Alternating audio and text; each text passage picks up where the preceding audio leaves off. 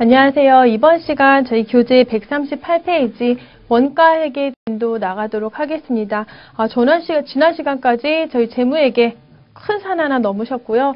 이제 원가회계부터는 조금 여러분들 가벼운 마음으로, 그렇다고 이렇게 해이한 마음이 아니고요. 조금 부담을 적게 가지시면서 수업을 들으시면 될 것 같습니다. 자, 첫 번째 원가회계 개요. 박스 보세요. 자, 원가회계는 목적이 내부 이해관계자가 의사결정을 하는데 유용한 정보를 제공한다 이렇게 나와 있습니다. 자, 누구를 위한 정보인가? 만약에 외부 이해관계자에게 제공하는 정보이다 하면은 이해관계자, 이거는 재무회계가 여기에 해당이 돼요. 근데 만약에 내부 이해관계자이다. 내부 이해관계자를 위한 회계이다. 그러면 여기에는 원가회계가 해당이 됩니다. 재무회계는 저희가 외부 이해관계자에게 정보를 제공하는 거기 때문에 회사 밖에 있는 사람들은 회사 내부 상황을 사실 잘 모를 거예요. 그러니까 이 회사 저 회사 다른 방법을 적용한다면 이건 잘못된 정보를 제공하는 문제가 있으니까 어떤 정해진 법칙, 기업회계 기준에 따라서 회계 보고서를 작성을 하게 될 거예요. 하지만 원가회계 같은 경우에는 그냥 너네끼리 알아서 잘 해라. 내부 보고서 목적이기 때문에 특별히 정해진 기준서 같은 게 없습니다. 그리고 회계 보고서 책에 나와 있는 것처럼 외부 이해관계자는 재무제표라는 걸 통해서 외부의 정보를 공시를 할 거고, 그다음에 원가회계는 특정 보고서로 공시를 할 겁니다. 자, 박스 밑에 표 밑에 보시면 원가회계는 회사의 내부 정보 이용자를 위한 정보 제공을 1차적 목표로 할 거래요. 그 다음에 맨 밑에서 183페이지 맨 밑에서 한 세 번째 줄 올라가시면 제조기업은 판매한 제품의 제조에 소요된 원가를 의미한다. 이게 뭐죠? 결국 저희 상기업은 매출원가가 상품의 취득원가를 의미하지만 그 한 세 번째 줄부터 연결해야겠네요. 제조기업의 매출원가는 판매한 제품의 제조에 소요된 원가를 매출원가로 봅니다. 원가회계는 제품의 생산에 투입된 원가를 정확히 파악하여 제품의 제조 원가를 계산하는 회계 시스템이다. 이렇게 멋지게 나왔는데요. 결국은 우리 회사가 만든 제품의 원가를 계산하는 회계, 그게 원가회계구나. 그렇게 생각하시면 될 것 같습니다. 184페이지 보시면은 상기업과 제조기업의 주된 업무 흐름 나와 있어요. 상기업은 뭔가 팔아야 될 상품을 구매를 하겠죠. 그리고 상품을 판매하고 대금을 회수를 할 거예요. 하지만 제조기업을 보시면 제조기업은 저희가 직접 만드는 거기 때문에 원재료를 구매하고 그 다음에 제품 제조를 하고요. 제품을 판매하고 대금을 회수하게 될 겁니다. 그래서 상기업의 매출 원가는 판매한 상품의 구입 원가가 매출 원가다. 제조기업은 판매한 제품의 제조 원가가 저희 매출 원가로 생각하시면 될 것 같습니다. 밑에 참고 원가회계 목적 나왔는데요. 점이 4개죠. 자, 참고 목적, 원가회계 목적 잘 체크를 해 놓으세요. 자, 원가회계는 원가 통제에 대한 유용한 원가 정보를 제공을 하고요. 그 다음에 새로운 투자안에 대한 의사결정을 하는데 도움을 줍니다. 그 다음에 경영자에게 경영 의사결정을 하는데 유용한 원가 정보를 제공을 하고요. 그 다음에 재무제표의 작성에 유용한 원가 정보를 제공을 할 거예요. 저희 제조원가가 계산이 돼야지 매출원가 계산이 되고요. 그래야지 손익계산서상의 이익들이 계산이 될 거니까 재무제표 작성에 유용한 원가 정보를 제공을 할 겁니다. 기출문제 위에 예제 문제죠.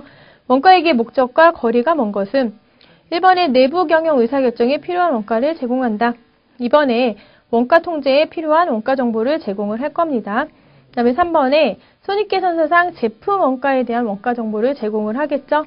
4번에 이익잉여처분 계산서상 이익처분 정보를 제공한다. 4번은 저희 원가 정보를 제공을 하는 거지 저희 손익계산서에 있는 원가 정보, 제품의 원가에 대한 정보를 제공을 하는 거지 이익잉여처분 계산서상의 이익처분 정보를 제공하진 않습니다. 그래서 틀린 건 4번이죠. 자, 이번에 원가의 개념이 나와 있어요. 저희 보통 원가하고 비용하고 막 섞어서 쓰거든요. 그런데 엄밀히 따지는 회계에서는 원가랑 비용을 좀 구분을 합니다. 그 내용을 먼저 볼게요. 원가란 기업이 특정한 목적을 달성하기 위하여 지출한 경제적 자원의 희생을 화폐액으로 측정한 것이다. 이런 원가 중에서 미래의 경제적 효익을 가져오는 부분은 미소멸 원가로 자산으로 보고되고요. 그 위에는 비용으로 보고된다 그렇게 되어 있는데 처음에 저희 공장에서 제조에 관련된 투입된 경제적 화폐 가치 이렇게 되어 있는데요. 경제적 자원의 희생으로 표현을 해놨는데 결국 제조하는 데 들어간 돈이거든요. 이것을 저희는 원가라고 구분을 해요. 그래서 제품이 완성이 되겠죠.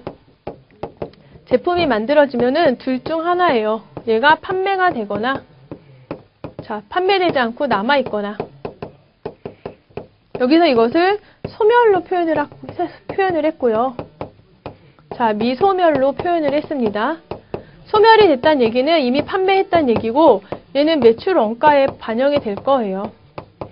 그래서 비용으로 처리가 될 거고요. 아직 안 팔리고 남아있는 것은 재고자산에 해당이 되겠죠. 그래서 얘는 자산에 해당이 될 겁니다. 그러니까 원가하고 비용은 엄연히 다른 개념이죠. 원가는 최초 제조 시점에 투입된 모든 가치로 생각을 하시고요. 비용은 저희 제품된 완성된 것 중에서 판매분에 대해서 그때 저희 비용으로 처리를 하게 될 겁니다.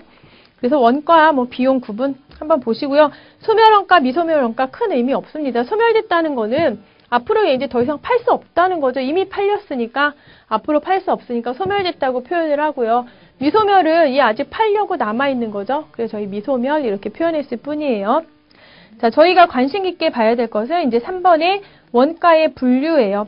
별표 한 5개 정도 별표 막 쳐놓으시고요. 원가의 분류를 정확하게 기억을 하셔야 돼요. 원가는 사용 목적에 따라 다음과 같이 다양하게 분류할 수 있대요. 첫 번째, 발생 시점에 따른 분류. 실제 원가와 예정 원가 있는데요. 실제 원가는 이미 발생된 다음에 그 발생된 원가를 의미하기 때문에 저희 사후 원가라고 얘기를 합니다.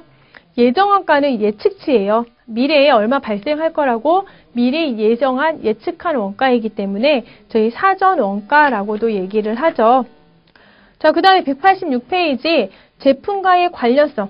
다시 얘기하면 추적 가능성에 따라서 저희 직접비와 간접비로 이제 구분이 되는 거예요. 추적 가능하다는 얘기는 어떤 원가가 발생을 했는데 그 원가가 저 제품을 만드는 데 들어갔느냐 아니면 들어가지 않았느냐 얼마만큼 들어갔다는 것을 정확하게 파악 가능한 것을 저희는 직접비, 추적 가능하다 얘기를 하고요. 추적 불가능한 것을 간접비라고 얘기를 할 거예요. 그래서 첫 번째가 추적 가능성에 따라서 추적 가능하면 직접비, 추적 불가능하면 간접비 이렇게 구분이 됩니다. 저희가 이제 식당을 운영하고 있어요. 식당을 운영을 하고 있는데 삼계탕. 그 다음에 삼계탕하고 뭘 팔까요? 아구찜. 해물찜보다는 저는 아구찜이 조금 더 좋아요. 어쨌든 갑자기 침이 도네요. 아구찜을 파는 회사인데요. 식당인데요. 삼계탕 한 그릇을 만드는데 저희 닭이 한 마리 필요하대요. 닭이 한 마리. 아구찜 한 그릇을 파는데요. 저희는 아구가 한 마리 필요하답니다. 그럼 예를 들어 닭이 3마리가 없어졌네. 그러면은 삼계탕 3그릇이 팔렸구나. 저희 추적이 가능하겠죠. 아구가 5마리 없어졌네. 그 아구찜이 5그릇 팔렸구나. 이것을 추적 가능하다 얘기를 하고요. 이런 것들을 직접비라고 표현을 합니다. 각각의 제품에 따라서 저희 얼마만큼 금액이 그 제품에 소모됐는지를 추적 가능한 것을 직접비. 그런데 저희가 삼계탕이랑 아구찜에 같이 들어가는 것들이 있어요. 각종 조미료. 그 다음에 마늘, 파 이런 것들이 같이 쓰인대요. 삼계탕에도 들어가고 아구찜에도 들어가요.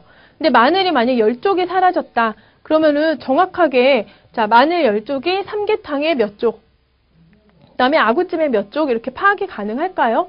물론 이거 전 정확하게 해서 마늘 빻아서 여기는 3숟가락 여기 2숟가락 정확하다 해서 판단을 할 수도 있겠지만 실질적으로는 추적이 불가능할 겁니다.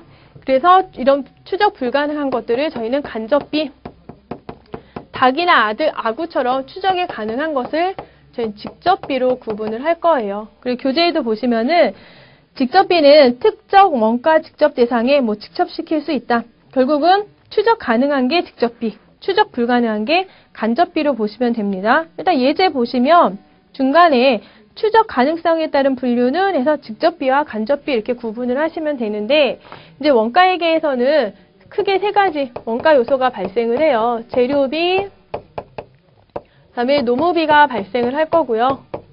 그다음에 제조 경비가 발생을 해요. 그런데 이 각종 재료비, 노무비, 제조 경비도 추적 가능성에 따라서 추적 가능하면 직접비, 자, 추적이 불가능하면 간접비 이렇게 구분을 하게 됩니다. 그럼 추적 가능한 재료비를 이제 직접 재료비다 이렇게 얘기를 해요.